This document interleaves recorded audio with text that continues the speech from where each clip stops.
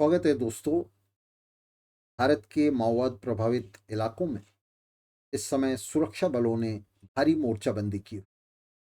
ये मोर्चाबंदी दरअसल भारत के गृह मंत्री अमित शाह के उस ऐलान को मूर्त रूप देने के लिए, उसे अमली जामा पहचान पहनाने के लिए की गई है, जिसके चलते गृह मंत्री ने ये ऐलान किया है कि मार्च 2026 तक भारत से माओवादी आंदोलन का पूरी तरह से सफाया कर दिया जाए।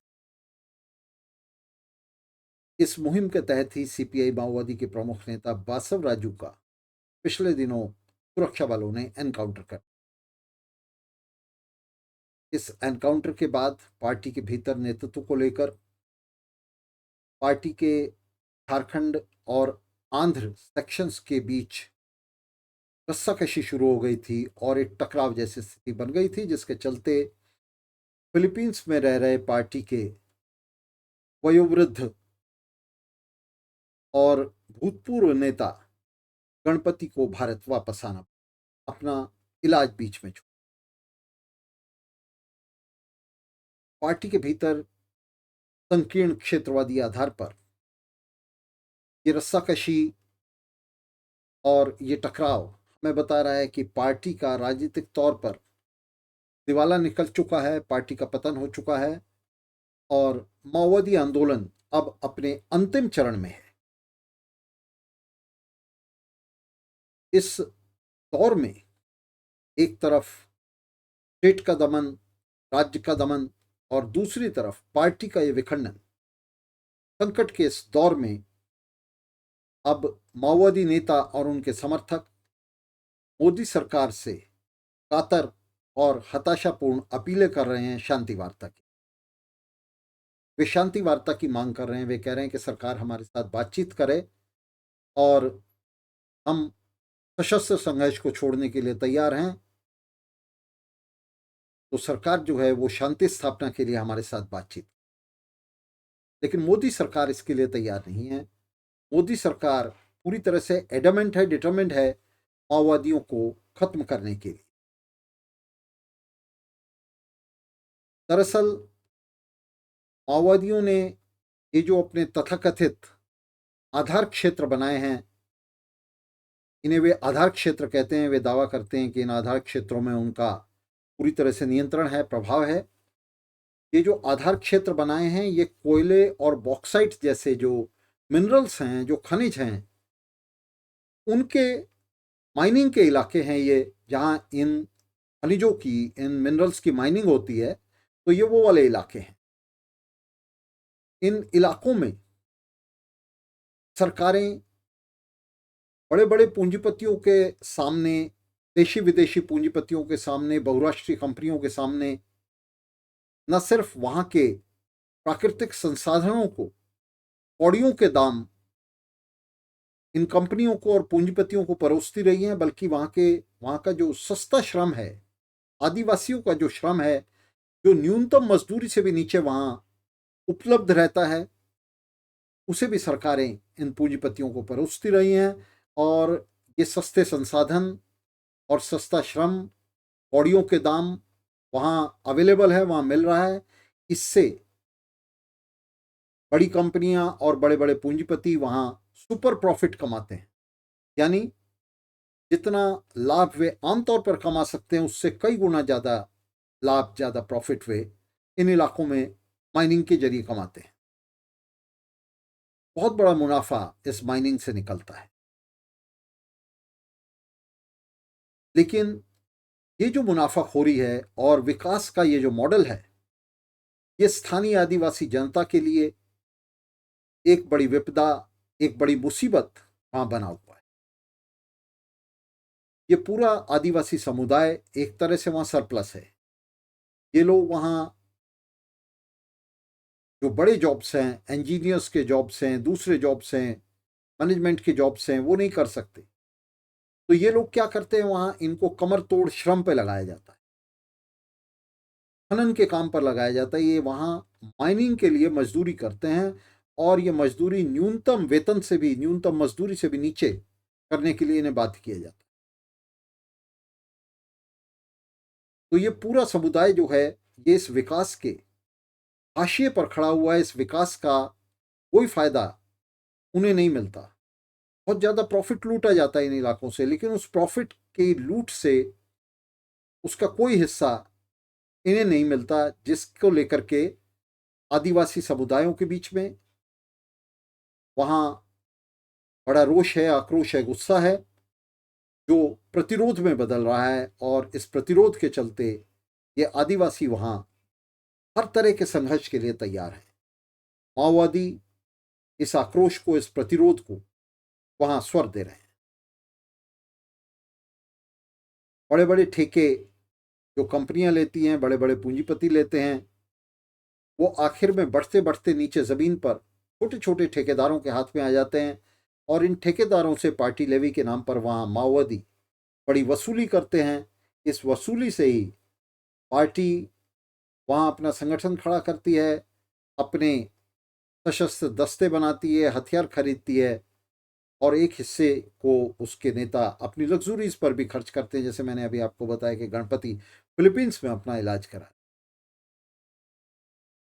माओवादी मार्क्सवादी नहीं है, बल्कि वे मार्क्सवाद के शत्रु हैं। वे मार्क्सवाद की बुनियादी प्रस्तावनाओं को पूरी तरह से नकारते। मार्क्सवाद के केंद्रक में मजदूर वर्ग है। मार्क्सवाद मजदूर वर्ग का सिद्धांत है, लेकिन माओवादियों की डिक्शनरी में मजदूर वर्ग गायब है। उसके लिए कोई जगह नहीं है, कम से कम केंद्रीय जगह तो नहीं है, सेंट्रल प्लेस उसके लिए नहीं है।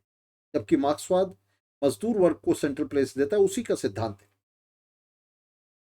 तो माओवादी झूठ मूठ लाल झंडा उठाते हैं ताकि अक्टूबर क्रांति की जो लीगेसी है, उसकी जो विरासत है, उसका वे अपने लिए इस्तेमाल कर सकें, अपने आंदोलन के लिए इस्तेमाल कर सकें। मजदूर वर्ग की जगह वे किसान उन्मुख हैं और मजदूर वर्ग और समाजवाद की तरफ वे पीठ फेरते हैं। वे समाजवादी क्रांति को खारिज करते हैं।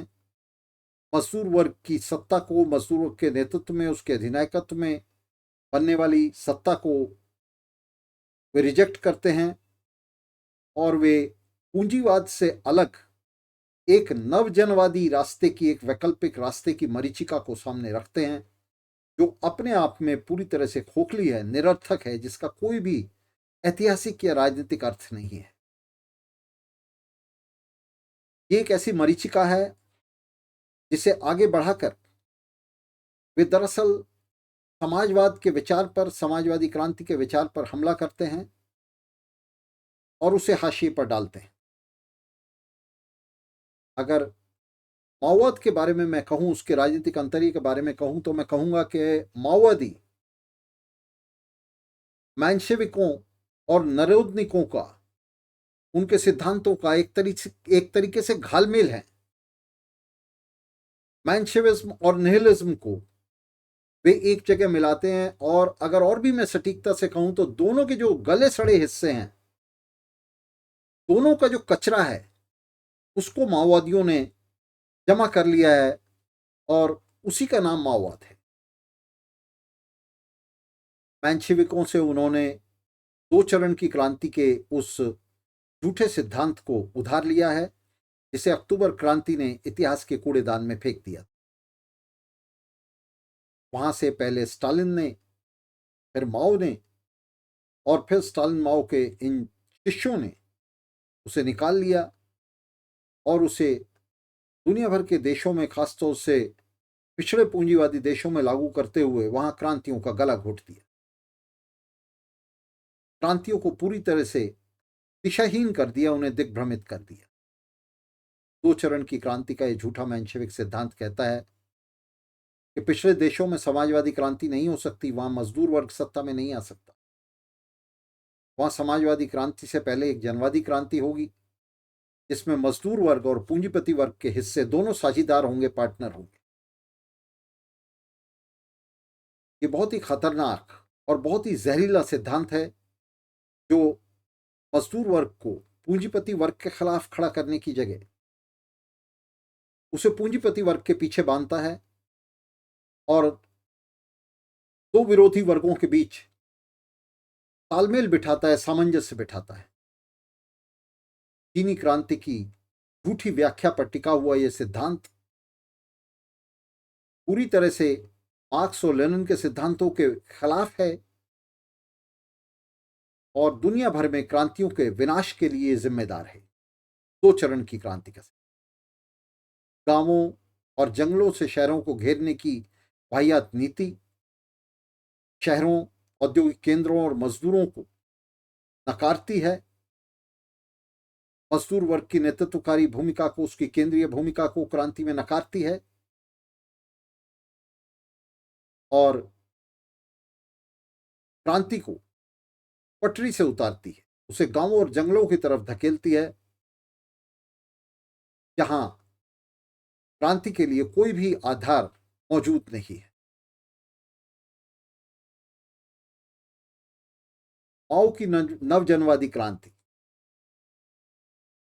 मजदूर वर्ग की केंद्रीय भूमिका और समाजवादी क्रांति के इसी नकार पर आधारित थी।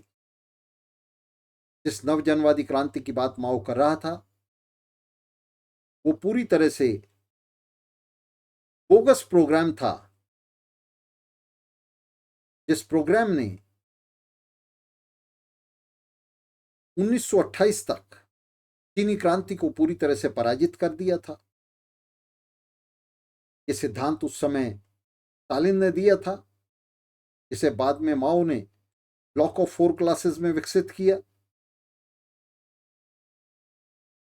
पूंजीपति वर्ग और मजदूर वर्ग के बीच में सहबंध पर टिकी यह नवजनवादी क्रांति की अवधारणा गैर क्रांतिकारी, बल्कि मैं कहूंगा कि क्रांति विरोधी अवधारणा है, जिसके खिलाफ क्रांतिकारी मार्क्सवादियों को संघर्ष करना चाहिए। माओवादी अक्टूबर क्रांति के निष्कर्षों से पूरी तरह पीठ फेरते हैं, वे उन्हें नकारते हैं, उन्हें खारिज करते हैं, रिजेक्ट करते हैं और इस आधार पर खारिज करते हैं। वे दावा करते हैं कि हर देश में क्रांति का अपना रास्ता है। उनका कहना है कि चीन की क्रांति का रास्ता रूस से अलग था और भारत की क्रांति का रास्ता रूस और चीन दोनों से अलग है। और ऐसा कहकर वे विश्व समाजवादी क्रांति की एकल प्रक्रिया को उसे खंडित कर देते हैं, उसे टुकड़ों में बांट देते हैं और अक्टूबर क्रांति के उन अनिवार्य निष्कर्षों जिन्होंने विश्व सरवारा को रूस में विक्ट्री दिलाई थी, उसके हाथ में सत्ता दी थी, उसे सत्ता में पहुंचाया था, उन निष्कर्षों को वे अनदेखा कर देते हैं। इस तरह के वाहियात सिद्धांतों को पहले स्टालिन और फिर माओ ने गढ़ा है। माओवादियों ने जिस सिद्धांत को दुनिया के स्तर पर गढ़ा और उसे लागू किया, 3 दुनियाओं का सिद्धांत, 3 वर्ल्ड थ्योरी,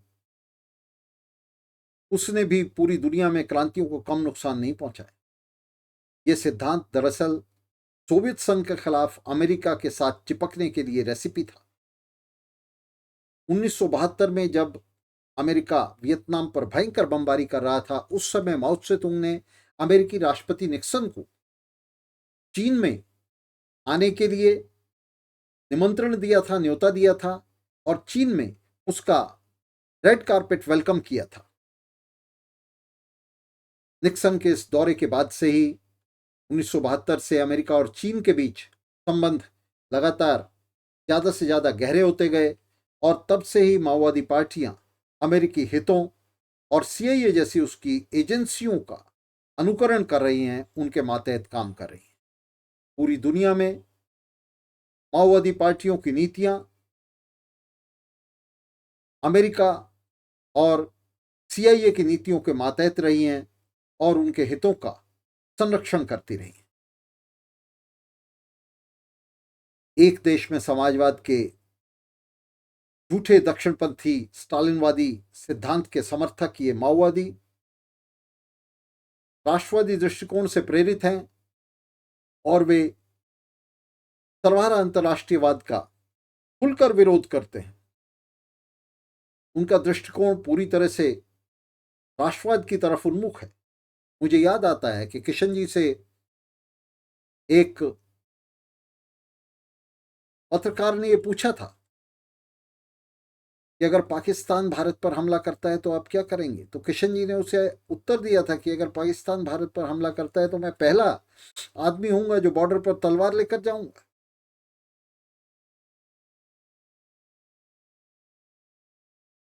मजदूर वर्ग की स्वतंत्र पहलकदमी को पूरी तरह से धता बताते, उसकी केंद्रीय भूमिका को पूरी तरह से इनकार करते, उसकी अंतर्राष्ट्रीय लामबंदी को पंक्चर करते, ये माओवादी शासक गुटों की कलह में हिस्सा लेते रहे, उनके औजार बने रहे। 25 मई 2013 को छत्तीसगढ़ के सुकमा में बारूदी सुरंग के जरिए कांग्रेस की लीडरशिप के एक हिस्से को अजित जोगी से मिलकर इन्होंने उड़ा दिया था। इस हिस्से में कांग्रेस के नेता विद्याचरण शुक्ल, नंद कुमार पटेल और महेंद्र कर्मा शामिल थे। अजित जोगी बहाने से इस कारवां में शामिल ना होकर हवाई जहाज से गया था। माओवादियों के साथ उसकी मिलीभगत थी और माओवादियों ने अजित जोगी के साथ साठगांठ करके कांग्रेस के इस गुट का सफाया कर दिया था। इस तरह के कांड माओवादी लगातार करते रहे। बसपा जैसी पार्टियों का उन्होंने समर्थन किया जो पूरी तरह से दक्षिणपंथी पार्टियां थी। जातिवादी संकीर्ण दक्षिणपंथी पार्टियों को माओवादियों ने प्रमोट किया। संसदवाद के जिस कीचड़ को यहां सीपीआई सीपीएम जैसी स्टालिनवादी पार्टियों ने जमा किया था, नक्सलबाड़ी ने उसके खिलाफ विद्रोह किया था और यह नक्सलबाड़ी का सकारात्मक योगदान था। इस विद्रोह के जरिए, संसदवाद के इस नकार के जरिए, उस पर हमले के जरिए नक्सलबाड़ी ने युवा पीढ़ी को आकर्षित किया। लेकिन माओवाद की मैंशेविक सिद्धांत का पीछा करते, उसके प्रतिक्रांतिकारी फार्मूले को लागू करते, कई हिस्से जो नक्सलबाड़ी के आंदोलन में खिंचे थे वे वापस संसदवाद की उसी कीचड़ में लौट गए। आज उसी में लालोट हो रहे हैं, जिनमें सीपीआई में लिबरेशन जैसी पार्टियां शामिल। जो हिस्से उससे बाहर भी रह गए वे भी चीनी रास्ते की उसी झूठी मरीचिका का अनुगमन करते हुए, उस पर चलते हुए जमीन पर पूंजीवादी नेताओं से गठजोड़ बनाए हुए। उनका कहना है कि माओ त्से तुंग ने भी तो चांगकाई शेक के साथ गठजोड़ बनाया, और ये सही भी है। चीनी क्रांति में माओ त्से तुंग लगातार चांगकाई शेक की बूर्जुआ पार्टी के साथ गठजोड़ बनाए रहा, और ये करते हुए उसने चीन में सर्वहारा क्रांति का गला रेत दिया, गला काट दिया। चीन में सर्वहारा सत्ता नहीं ले सका। 1949 में जो ब्यूरोक्रेसी, माओवादी ब्यूरोक्रेसी वहां किसानों की मदद से सत्ता में आई, उसने मजदूर वर्ग को किनारे लगा दिया। माओ की सेनाएं जब पीकिंग में घुसी, उन्होंने 8 घंटे का कार्य दिवस सैंक्शन करने से मना कर दिया और प्रतिरोध कर रहे मजदूरों पर उन्होंने गोली चला दी। तो जमीन पर ये माओवादी नेता आज भी यही कर रहे हैं। पूंजीवादी नेताओं और पार्टियों से वे लगातार गठजोड़ बनाते रहे हैं। बसपा को समर्थन की, बहुजन समाज पार्टी को समर्थन की बात मैंने आपको बताई। आंध्र प्रदेश में उन्होंने बहुजन समाज पार्टी को कई बार समर्थन दिया। और जंगल महल की कहानी तो आप जानती हैं, जंगल महल आंदोलन की। पश्चिम बंगाल में ममता बनर्जी को सत्ता दिलाने में इन्हीं माओवादियों का हाथ था, किशन जी का हाथ था। किशन जी के नेतृत्व में जंगल महल में जो संघर्ष चल रहा था, उसका उद्देश्य ये था ममता बनर्जी को सत्ता दिलाना। और ममता बनर्जी जैसे ही सत्ता में आई, 2011 में उन्होंने किशन जी की हत्या करा दी और वहां माओवादी आंदोलन का सफाया कर दिया। ये ठीक वही हुआ जो चीन में माओ त्से तुंग के नेतृत्व में हुआ था। माओ त्से तुंग ने चांग काई शेख के साथ मोर्चा बनाया, उसे सत्ता लेने में मदद की। स्टालिन ने उसकी मदद की सत्ता लेने में। स्टालिन ने कम्युनिस्ट पार्टी को कहा, चेन चूशू को चिट्ठी भेजी, टेलीग्राम भेजा कि हथियार समर्पित कर दो और चांग काई शेख को सत्ता लेने दो, और चांग काई शेख ने सत्ता में आकर कम्युनिस्टों के सिर काट डाले, पूरे आंदोलन का उससे सफाया कर दिया। ठीक वही ममता बनर्जी ने किया, किशन जी की हत्या कर दी और माओवादी आंदोलन का सफाया कर दिया और उसे अपने प्रमुख एजेंडे पर रखा, माओवादियों के सफाए को। उससे पहले 2010 में कांग्रेस सरकार माओवादी पार्टी के दूसरे बड़े नेता आजाद की हत्या कर चुकी। इसके बावजूद माओवादी पूंजीवादी पार्टियों नेताओं की पूंछ पकड़े रहे और मजदूर वर्ग की स्वतंत्र राजनीतिक लामबंदी और पहलकदमी का वे पूरी तरह विरोध करते रहे और आज भी कर रहे हैं। माओवादी नेता नक्सलबाड़ी को दिशाहीन करने वाले, उसे डिसआर्म करने वाले, उसे निशस्त्र करने वाले चारू मजूमदार के लेख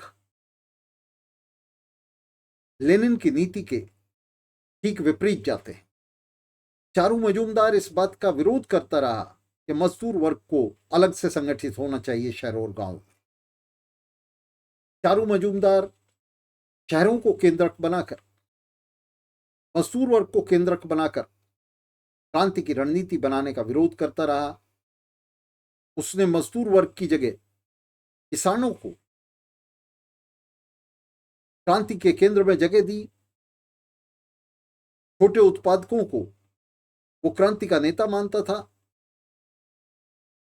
शहर की जगह गांव को और मजदूरों की जगह किसानों को क्रांति के केंद्रक में रखकर चारू मजूमदार ने नक्सलबाड़ी की उस लहर का, जिसने एक स्पार्क दी थी, जिसने एक चिंगारी दी थी, उसका सर्वनाश कर दिया। और नवजनवाद के जिस फर्जीवाड़े को चारू मजूमदार और उसके अनुयायियों ने, माओवादियों ने आगे बढ़ाया, उसका अंजाम आप सब देख रहे हैं। पूरी तरह से यह माओवादी आंदोलन दिशाहीन होता चला गया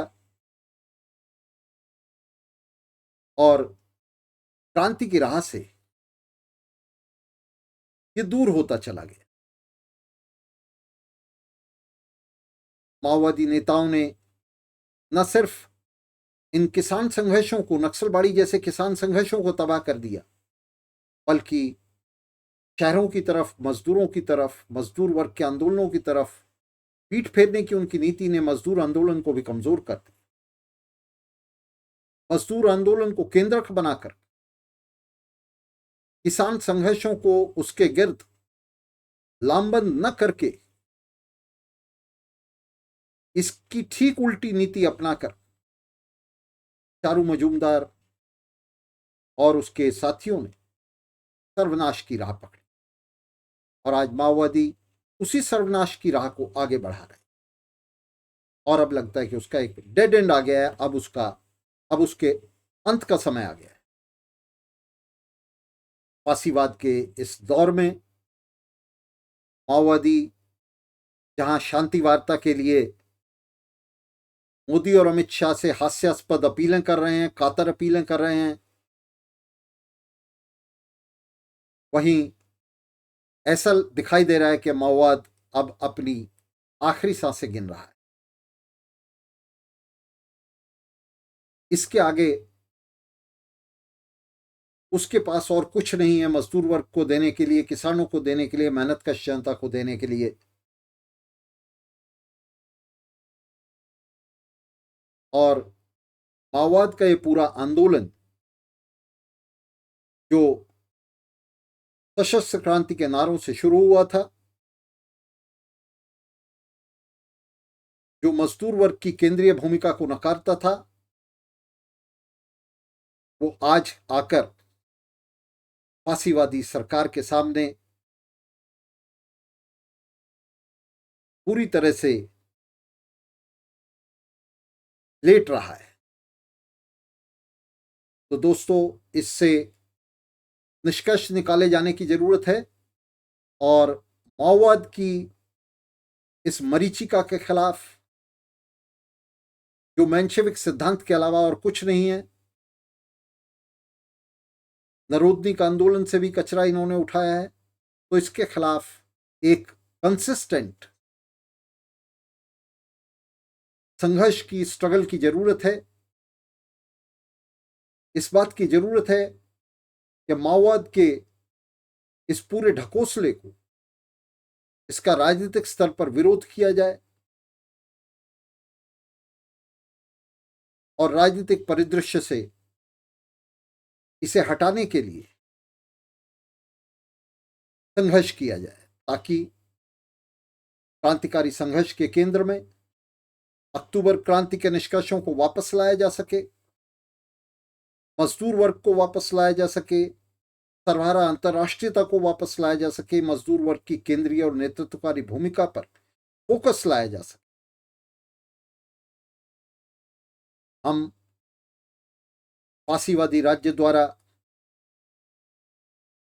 आदिवासी इलाकों में चलाए जा रहे पुलिस अभियानों का, सैनिक अभियानों का कड़ा विरोध करते हैं और किसी भी तरह के पुलिस दमन का हम पूरी तरह से विरोध करते हैं। लेकिन इसके साथ ही माओवादियों की राजनीति का भी हम खुलकर विरोध करते हैं और क्रांतिकारी युवाओं से, मजदूरों से यह अपील करते हैं कि वो क्रांतिकारी मार्क्सवादी कार्यक्रम के आधार पर संगठित हो और अक्टूबर क्रांति के उस कार्यक्रम को अपनी कंपास बनाए, अपना आधार बनाए, जिसके जरिए विश्व सर्वहारा ने अक्टूबर में सत्ता अपने हाथ में ली थी। तो दोस्तों, इस अपील के साथ आज के इस कार्यक्रम को खत्म करने की अनुमति चाहता हूं। मिलते रहेंगे, मिलकर इस संघर्ष को जारी रखेंगे।